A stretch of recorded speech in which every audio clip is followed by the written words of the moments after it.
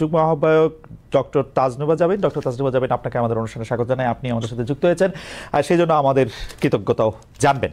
আমি আপনাকে প্রথমেই যে বিষয়টার দিকে আপনার দৃষ্টি আকর্ষণ করতে চাই সেটা হচ্ছে যে এনসিপি বা এই যে জাতীয় নাগরিক পার্টি কিভাবে বিএনপির শত্রুতে পরিণত হলো, মানে বিএনপিকে কিভাবে শত্রু গণ্য করতে থাকলো। যেমন আপনাদের একটা জনপ্রিয় বয়ান আমরা এরকম শুনি যে আপনারা 15 বছর কোথায় থাকেন, 15 বছর আপনারা পারেন নাই, কিন্তু 15 বছর যে বিএনপি পারে নাই সেইটার দায় কিন্তু আমাদের সবার। যেমন এই বৈষম্য বিরোধী ছাত্র আন্দোলন যখন জীবনের ঝুঁকি নিয়ে রাস্তায় এসে দাঁড়ালো, তারা যখন মরতে শুরু করেছিল, আপনিও প্ল্যাকার্ড নিয়ে রাস্তায় দাঁড়িয়েছেন, আপনি একজন পেশাজীবী, আমরাও আমাদের জায়গা থেকে যা করার দরকার তা করতে চেয়েছি, তা করতে চেষ্টা করেছি। কিন্তু বিএনপি যখন করতে চেয়েছে, বিএনপি যখন শেখ হাসিনাকে সরাতে চেয়েছে, তখন আমাদের কাউকে কিন্তু পাশে পায় নাই। এই 15 বছর ধরে সংগ্রামরত, তারপর হচ্ছে বিভিন্নভাবে মজলুম দলটা কিভাবে এনসিপির সবচেয়ে বড় প্রতিপক্ষতে পরিণত হলো।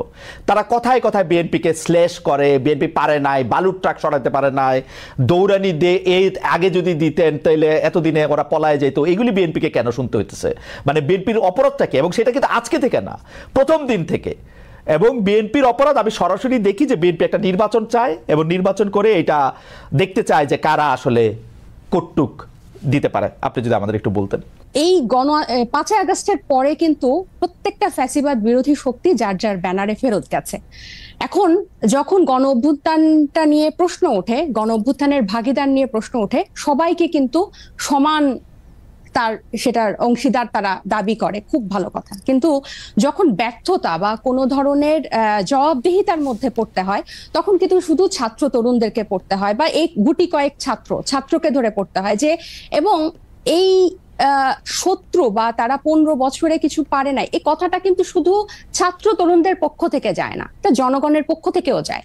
আপনি যদি আপনাদের এই অনুষ্ঠানগুলোর নিচে কমেন্ট গুলা দেখেন, কখনো যদি চোখে পড়ে, এখানে কিন্তু যাদের প্রকৃত অর্থে যাদের অ্যাকাউন্ট আছে, এরকম অনেক মানুষ কিন্তু খুব সুন্দর সুন্দর কথা লেখে এবং কাউকে অ্যাটাক করে না, খুব গঠনমূলক ভাবেই কিন্তু লেখে। এটা থেকে কিন্তু আপনারা নিজেরাও বুঝতে পারবেন এবং আশেপাশের মানুষ থেকেও বুঝতে পারবেন যে গত 15 বছরে একটা যোগ্য বিরোধী দল হওয়ার ব্যর্থতা কিন্তু এদেশকে ভুগিয়েছে। একটা সফল বিরোধী দল হওয়ার ব্যর্থতা কিন্তু এদেশকে ভুগিয়েছে। এটা শুধু ছাত্র জনতা হিসেবে আমরা যে বলি যে, বা এনসিপি এই নতুন করে যে এটা বলে, ব্যাপারটা তা না। আরেকটা বিষয় হচ্ছে, এই শত্রু বা এই মুখোমুখি দাঁড় করানোর ব্যাপারটা কিন্তু এক দিক থেকে না।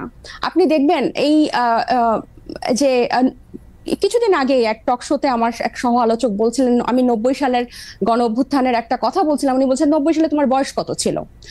বেয়াদব, অপরিপক্ক, আদব কায়দা জানে না, তোমাদের বয়সে মানে এক একজনের, আমাদের রাজনৈতিক জীবন বা রাজনৈতিক পথ চলা তোমাদের বয়সের বেশি। এই যে খাটো করে দেখা, এই যে হেয় করে দেখা, তো এটার প্রতিক্রিয়াতেও কিন্তু কিছু কথা চলে আসে। না ডক্টর জাবিন আসেন আমরা একটু আমার ব্যর্থতা, আমি আপনার প্রশ্নটা আসলে বুঝাতে পারছি কিনা আমি জানি না। আমার কাছে যেটা মনে হয়েছে যে বিএনপি গত 13 বছর ধরে, স্পেসিফিকলি বললে যে 2012 সালের পর থেকেই বিএনপি এই একটা সরকারের কাছে একটা দাবি জানায় আসতেছে, দরকার হলে সরকারকে বলতেছে ক্ষমতা চাইতে একটা সুষ্ঠু নির্বাচনের কথা বলতে। এবং এইটার মধ্যে কিন্তু বিএনপি কোনোদিন কোনো আড়াল নিতে পারে নাই। বিএনপি কিন্তু কোনো ছাত্রলীগের মধ্যে গিয়ে বলতে পারে না যে বঙ্গবন্ধু মহান নেতা, আমরা সবাই বঙ্গবন্ধুকে ভালোবাসি, এই কথা বলে কিন্তু বিএনপি রাজনীতি করতে পারে নাই। বিএনপিকে রাজনীতিটা করতে হয়েছে বিএনপির কথা বলেই, শেখ হাসিনার এগেনস্টে কথা বলেই বিএনপি রাজনীতি করতে হয়েছে। তার জন্য মামলা, মোকদ্দমা, জেল, জুলুম যত কিছু করছে, চা খাচ্ছে। বৈষম্য বিরোধী ছাত্র আন্দোলনের নেতারা কিন্তু শেখ হাসিনার বিরুদ্ধে ফেসিবাদী আন্দোলনে গেছে হচ্ছে অনেক পরে, অনেক জায়গার পরে। সেই সময় তাদেরকে আমরা মুক্তিযুদ্ধের স্লোগান দিতে দেখছি, তাদেরকে আমরা বঙ্গবন্ধুর ভাষণ দিতে দেখছি, এবং আমরা দেখছি যে তারা নানাভাবে নানা ধরনের আড়াল নিচ্ছেন। বিএনপি কিন্তু এই সুযোগটা পায় না। আমার প্রশ্নটা হচ্ছে, যেই বিএনপি এত ত্যাগ করলো এবং তারা কিন্তু সরকারে গিয়া 3 জন মন্ত্রী হয় নাই, 3 জন মন্ত্রী এই বৈষম্য বিরোধী ছাত্ররাই হয়েছে। তারা কিন্তু কোনো কিছু দখল করে না, তাদের একটাই চাওয়া ছিল ইলেকশনে যাওয়া। এবং ইলেকশন যাওয়ার পর থেকে বিএনপিকে কি শুনতে হয়েছে আপনাদের কাছ থেকে আপনি দেখেন। আমি ছোট করে একটু বলি, আমার মাফ করবেন, আপনাদের কাছে শুনতে হয়েছে বিএনপি নাকি আওয়ামী লীগকে পুনর্বাসন করতেছে। বিএনপি নাকি আওয়ামী লীগকে নিয়ে আসতেছে। আওয়ামী লীগ দিয়া বিএনপির নেতারা যেভাবে ক্ষতিগ্রস্ত হয়েছে তার 100 ভাগের 1 ভাগ বাংলাদেশে কেউ হয় নাই। এরপরও বিএনপি কেমনে শত্রু হইল এনসিপির, এইটার কারণটা কি? মানে বিএনপিকে ক্ষমতা থেকে ঠেকানোটা কেন এত জরুরি হয়ে পড়লো? এখানে এটা শত্রুতার প্রশ্ন না খালেদ ভাই। এই যে কেন শুধু সুষ্ঠু নির্বাচনই চেয়েছিল, নির্বাচন কেন্দ্রিক রাজনীতি তারা করেছে।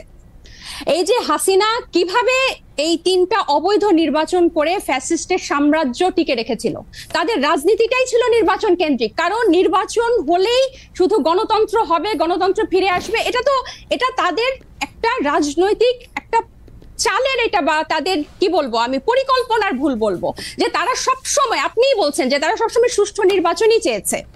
কেন তারা হাসিনার এই যে তার যে সাম্রাজ্য, 3টা বিভাগ, এই যে সবকিছু তার একক কর্তৃত্বে, একক হাতে, প্রত্যেকটা রাষ্ট্রীয় প্রতিষ্ঠানের একটা ইট পাতা যে হাসিনার কথা ছাড়া বা স্বৈরশাসকের কথা ছাড়া চলতো না, বা মানুষকে সম্পৃক্ত করার যে রাজনীতি, এটা তো বিএনপি করতে ব্যর্থ হয়েছে।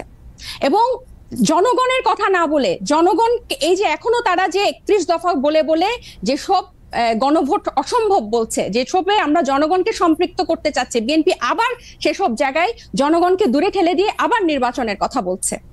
এখানে কিন্তু আপনি দেখেন তারা কিন্তু আবার জনগণকে নিজেদের থেকে দূরে সরাচ্ছে। জনগণ কিন্তু তাদেরকে চাচ্ছে, এবং তারা একটা প্রতিষ্ঠিত রাজনৈতিক দল, তারা নির্যাতিত রাজনৈতিক দল। আপনি নিজেই বলছেন যে তারা সব সময় সুষ্ঠু নির্বাচন চেয়েছে।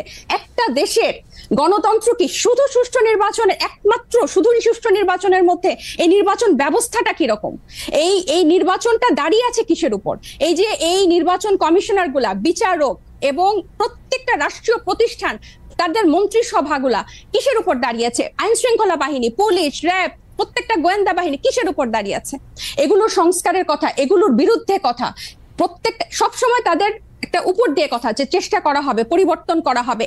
কিন্তু স্পেসিফিক্যালি উপায়টা কি, পথটা কি, তারা জনগণের কাছে সেটা পরিষ্কার করে না। যেটা ছাত্র জনতা বা এখন পরবর্তীতে হয়েছে, হয় আন্দোলনটা কোটা বিরোধী আন্দোলন দিয়ে শুরু হয়েছিল, এবং সব সময় কিন্তু এটা তো বাংলাদেশের ইতিহাসে প্রথম না, একটা দিয়েই শুরু হয়েছিল। কিন্তু এই পুঞ্জীভূত যে স্বৈরশাসকের 15 বছরের যে পুঞ্জীভূত ক্ষোভ, সেটা কিন্তু প্রকাশিত হয়েছে একটা সিস্টেম, একটা ধাপ পেরিয়েই কিন্তু সেদিকে গিয়েছে।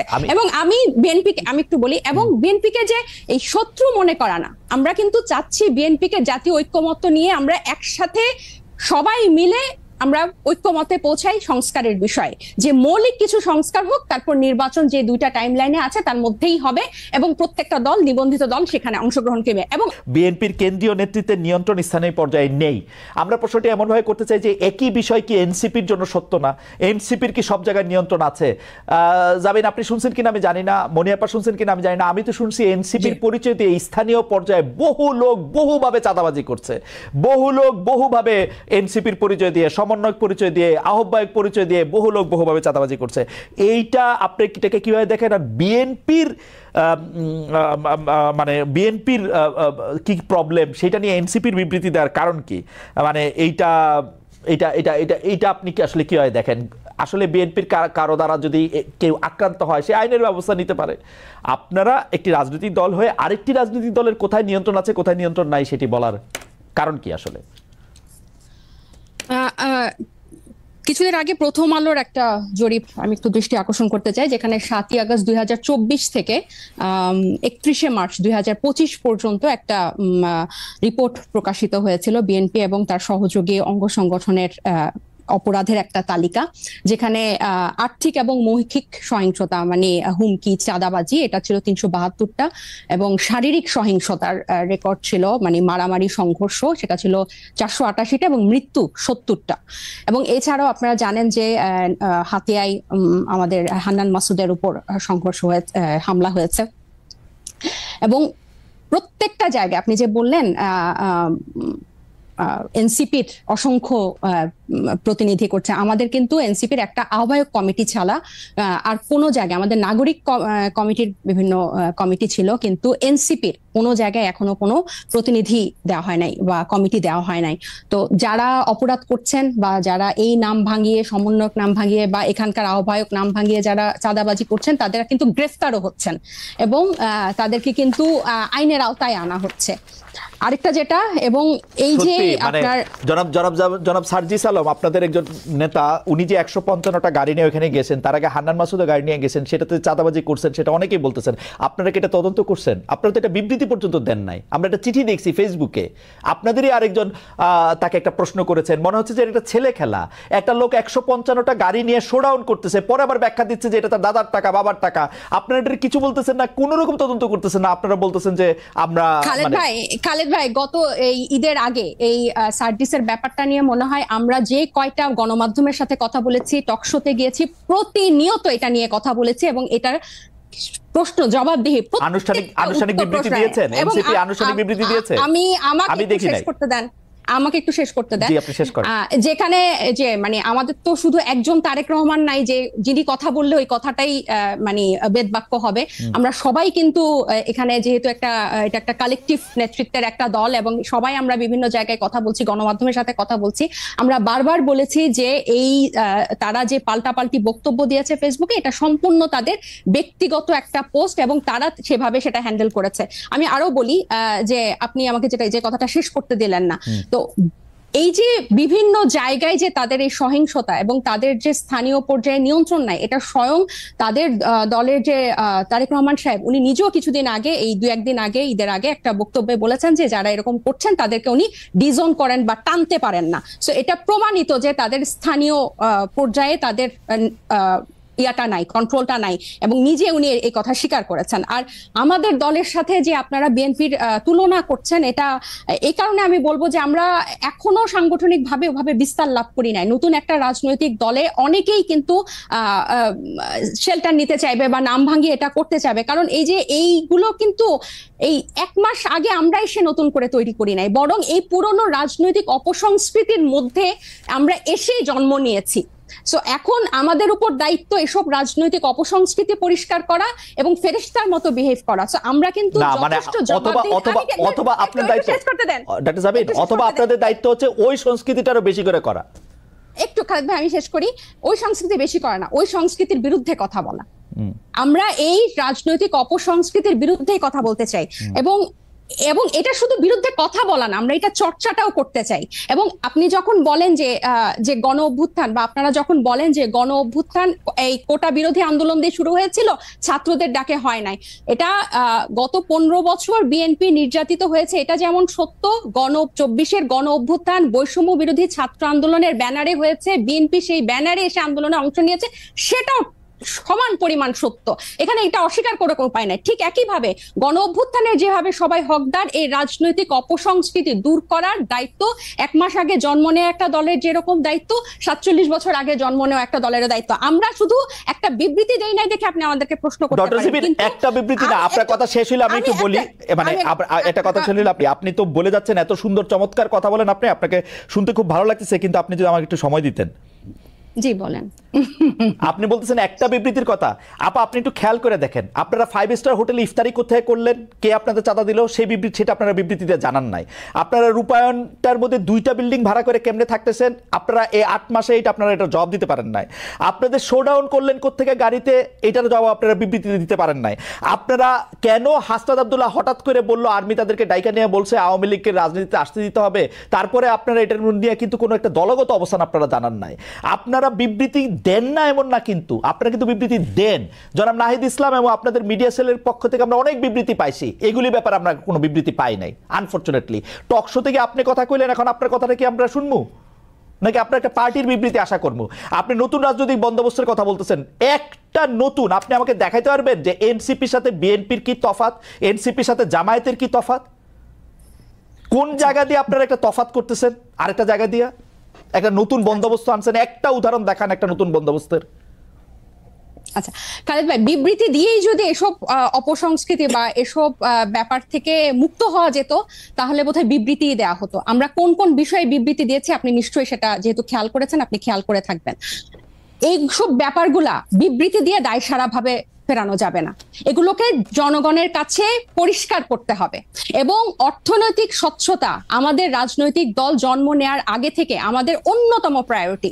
শুধু বাংলাদেশে কোন রাজনৈতিক দলের এই গত 53 বছরের রাজনৈতিক সংস্কৃতিতে অর্থনৈতিক স্বচ্ছতা কখনো কোনো রাজনৈতিক দল দেখায় না। এবং আমরা জন্ম নেয়ার আগে থেকেই এই আলোচনা, আপনি যে 8 মাস বললেন, জন্ম নিয়েছে 1 মাস আগে, এর আগে থেকে আমরা যখন এই প্রক্রিয়ার মধ্যে ছিলাম, এটা ছিল আমাদের অন্যতম প্রায়োরিটি। আপনার একটা জিনিস, একজন ব্যক্তি একটা রাজনৈতিক দলের একজন দুজন কিছু করবে, সেটাকে ডিফেন্ড করে একটা বিবৃতি দিয়ে কিন্তু ব্যাপারটা থেকে দায়সারা হওয়া যাবে না। বরং আমাদের হোমওয়ার্কটা হচ্ছে, আমাদের কর্মযজ্ঞটা হচ্ছে এই জিনিসটা কিভাবে স্বচ্ছভাবে মানুষের কাছে পরিষ্কার করা যায়, যাতে এটাই হচ্ছে আমাদের বিএনপি এবং জামাতের থেকে আমাদের পার্থক্য। বিএনপি এবং এই যেসব রাজনৈতিক দল স্টাবলিশ ছিল, তারা কি শোডাউনের রাজনীতি করে নাই? তারা কি পেশি শক্তি দেখায় নাই? তারা কি আর্থিক প্রভাব প্রতিপত্তি দেখায় নাই বিভিন্ন জেলায়? এটা তো আপনি অনেক অভিজ্ঞ, আপনি অনেক বছরের আপনার অভিজ্ঞতার। আমি বলি, আমাকে শেষ করতে দেন যে এখন এটা থেকে আমরা ডিফারেন্ট কিভাবে হব, যে এগুলোকে আমাদেরকে চেক করতে হবে। বিবৃতি দিয়ে কিন্তু এখান থেকে দায়সারা ভাবে আমরা মুক্তি পেতে পারবো না। এগুলোকে আমাদের অ্যাড্রেস করতে হবে, এগুলোকে ফ্লেক্সিবল করতে হবে, কিভাবে জনগণের কাছে পৌঁছানো যায়। এবং এই ইফতারের কথা এবং রূপায়ণ টাওয়ারের অর্থের কথা আমরা বারবার